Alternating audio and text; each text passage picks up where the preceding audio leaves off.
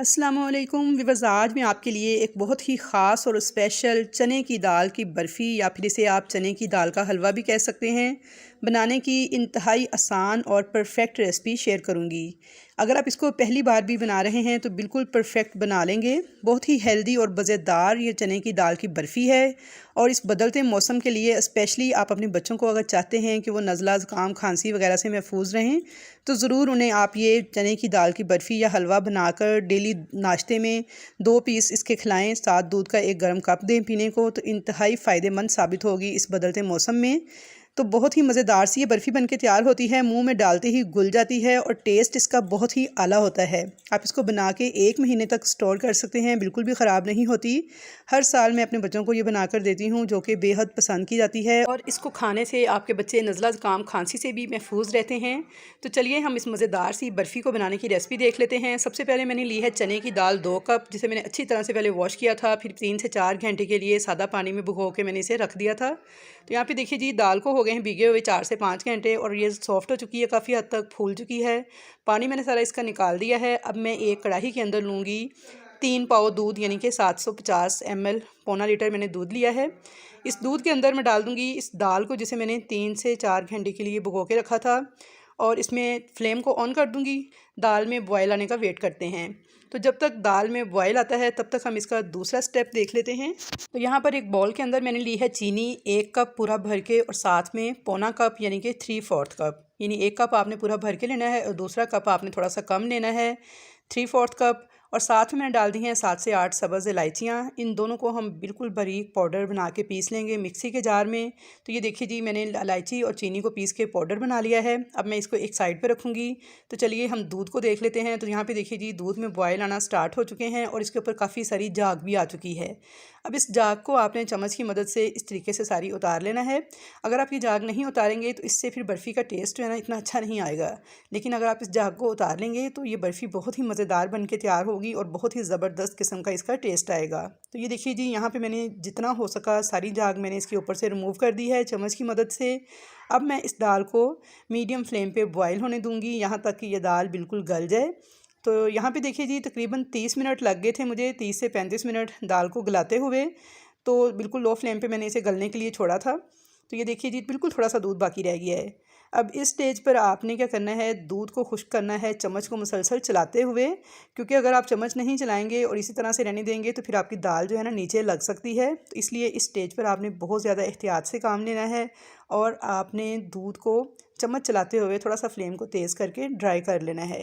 तो ये देखिए जी, यहाँ पे जो दूध था वो मुकम्मल तौर पे ड्राई हो चुका है। अब इस दाल को हम निकाल लेंगे एक बर्तन में और इसको ठंडा होने के लिए छोड़ देंगे। तो यहाँ पे दाल हमारी जब ठंडी हो जाएगी हम इसको चॉपर में डाल के चॉप कर लेंगे। अगर आपके पास चॉपर वगैरह नहीं है तो आप इसको सिलबट्टे पे पीस भी सकते हैं हाथ के साथ। तो ये देखिए जी, दाल हमारी बेहतरीन पिस के तैयार हो चुकी है। अब एक देगची के अंदर मैंने लिया है देसी घी, और कितना लिया है, 1 कप मैंने लिया है भर के, और साथ में मैंने लिया है 2 खाने के चम्मच। तो मेजरमेंट्स का आपने ख़ास ख्याल रखना है अगर आप चाहते हैं कि बेहतरीन और परफेक्ट आपकी दाल की बर्फ़ी या दाल का हलवा बन के तैयार हो। तो यहाँ पे देखिए जी, 1 कप मैंने देसी घी भर के लिया है, साथ में 2 चम्मच भर के लिए हैं खाने के, और इसे अच्छे से गर्म कर लिया है। जब आपका देसी घी गर्म हो जाए तो अब आपने क्या करना है, इसके अंदर वो दाल ऐड कर देनी है जो कि हमने चॉपर में पीस कर रखी थी। तो यहाँ पे देखिए जी, दाल मैंने ऐड कर दी है। तो मुसलसल चम्मच चलाते हुए ही इस रेसिपी को हमने तैयार करना है और फ्लेम का भी ख़ास ख्याल रखना है। बिल्कुल लो फ्लेम पे ये रेसिपी तैयार होगी। असल मेहनत भी इसकी यहीं से स्टार्ट होती है और इसको टोटल 45 मिनट तो लग ही जाते हैं बुनाई करते और तैयार होते हुए। तो शुरू में 10 मिनट तक लो टू मीडियम फ्लेम पे मैं इसको पकाऊंगी, बाद में मैं इसे बिल्कुल हल्की आंच पे 30 से 35 मिनट तक पकाऊंगी। दरमियान दरमियान में मैं आपको वीडियो दिखाती रहूँगी। तो इसका हलवा तभी मज़े का बनता है जब इसकी बुनाई बहुत अच्छे से होगी। जब तक इसका कलर चेंज नहीं हो जाता, प्यारा सा गोल्डन सा, अच्छी से खुशबू नहीं आने लगती, तब तक लगातार चम्मच चलाते हुए आपने इसको भूनते जाना है और इसको पकाते जाना है। तो यहाँ पे आपने फ्लेम का ख़ास ख्याल रखना है और चम्मच चलाते हुए ही इस हलवे को तैयार करना है। तो ये देखिए जी, यहाँ पे 20 मिनट हो गए थे इस हलवे को मुझे मुसलसल चम्मच चलाते हुए भूनते हुए, और यहाँ पे आप देख सकते हैं कि जो घी हमने इसमें डाला था वो बिल्कुल भी गायब हो चुका है, नज़र नहीं आ रहा, और नीचे से भी हलवा रेड रेड होके थोड़ा सा पैंदे में लगने लगा है। तो इसका मतलब है कि दाल हमारी अब भुनना स्टार्ट हो चुकी है। तो बस आपने चम्मच चलाते हुए ही इसकी बुनाई करते जाना है और फ्लेम बिल्कुल लो ही रखना है। तो यहाँ पे फ्लेम लो पे मुझे इसे मुसलसल चम्मच चला के भूनते हुए 40 मिनट हो चुके हैं। 40 मिनट के बाद मैं आपको दिखा रही हूँ।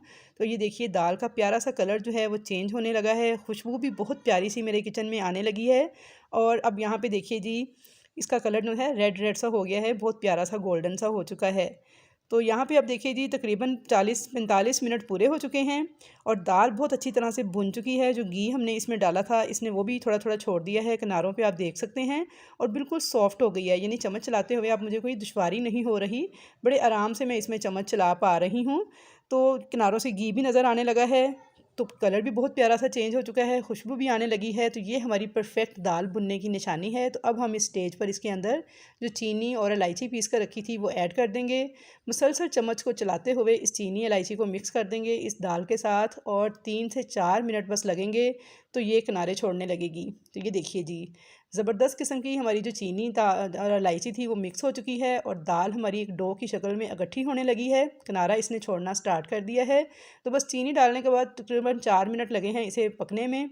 तो ये देखिए जी, बेहतरीन हमारा दाल का हलवा, दाल की बर्फ़ी तैयार है। अब मैंने पहले से एक प्लेट जो है वो ग्रीस करके रखी हुई थी ट्रे, उसके अंदर मैं डाल दूँगी इस हलवे को, स्पैचुला से अच्छे से सेट कर लूँगी। और इसके ऊपर थोड़े से मैंने बादाम काट के रखे हुए थे, ये इस तरह से मैं स्पैचुला से दबाते हुए लगा दूँगी ताकि अच्छी तरह से सेट हो जाएँ। और इसे हम 1 से 2 घंटे के लिए ठंडा होने के लिए छोड़ देंगे। तो यहाँ पे देखिए जी, दाल को मैंने 1 से 2 घंटे के लिए छोड़ दिया था। पहले मैंने इसे 15-20 मिनट ऐसे ही छोड़ा था, बाद में मैंने इसके ऊपर एक जाली दे दी थी और अब मैं इसकी कटिंग कर लूँगी। तो माशाल्लाह से बेहतरीन किस्म की हमारी दाल की बर्फ़ी, दाल का हलवा बन के तैयार है।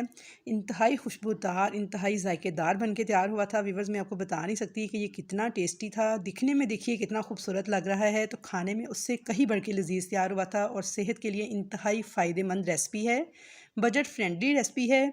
तो आप इसे ज़रूर इस मौसम में अपने बच्चों के लिए तैयार करें, ख़ुद खाएं, बच्चों को खिलाएं या फिर मेहमानों को बनाकर पेश करें। अब इसको सेव किस तरह से करना है, आपने इसको किसी भी एयर टाइट बॉक्स के अंदर डाल के रख लेना है। 1 महीने तक ये बिल्कुल भी ख़राब नहीं होगी, बस आपने इसको नमी से बचाना है और जैसे जैसे टाइम गुजरेगा ये थोड़ी ड्राई होती जाएगी। तो आई होप व्यूअर्स कि आपको मेरी आज की ये रेसिपी बेहद पसंद आई होगी। तो अगर आपको ये रेसिपी अच्छी लगे तो इसे ज़्यादा से ज़्यादा लाइक करें, अपने मिलने जुलने वालों से शेयर करें। चैनल पर नए हैं तो चैनल को सब्सक्राइब कर दें और कमेंट्स बॉक्स में मुझे अपने कमेंट्स का इजहार ज़रूर करें कि आपको ये रेसिपी कैसी लगी।